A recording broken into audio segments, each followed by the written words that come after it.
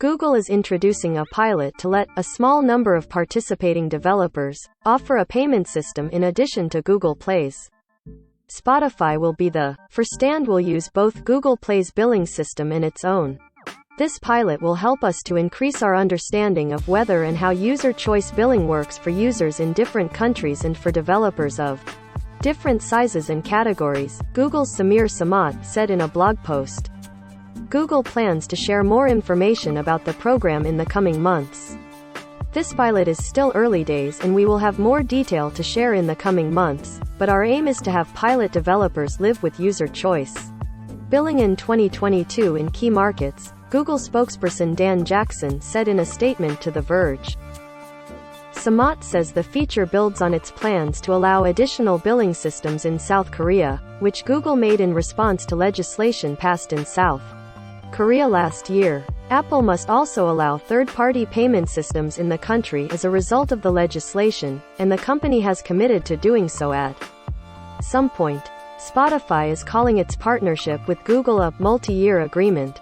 Spotify is calling its partnership with Google a multi-year agreement, and we don't know how the agreement may affect Google's fees it takes from purchases.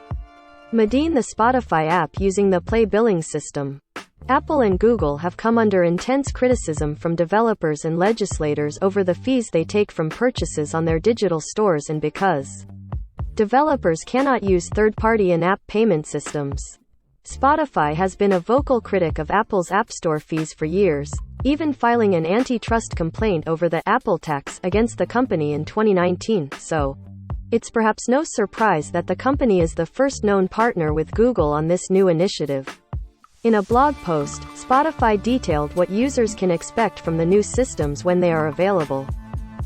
Users who've downloaded Spotify from the Google Play Store will be presented with a choice to pay with either Spotify's payment system or with Google Play billing. For the first time, these two options will live side by side in the app. This will give everyone the freedom to subscribe and make purchases using the payment option of their choice directly in the Spotify app.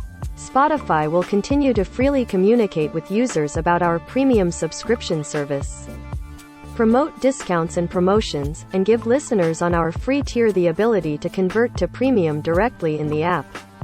Over the coming months, Spotify will work with Google's product and engineering teams to build this new experience, and we'll roll out in countries around the world. Working together, the companies will test and learn, jointly exploring product innovations across the Android platform. We anticipate launching the first iteration of user choice billing later this year. Spotify plans to launch pilots of the system later this year in the markets where you can get a premium subscription, according to TechCrunch. Apple has also said that it plans to let dating apps in the Netherlands use alternative payment systems to comply with a ruling from a Dutch regulator. Thought a regulator has fined Apple repeatedly for, in the regulator's view, not satisfying the requirements of the order. It's unclear if Apple intends to allow outside payment systems outside of South Korea or the Netherlands in response to Google's announcement made Wednesday. Apple didn't immediately respond to a request for comment.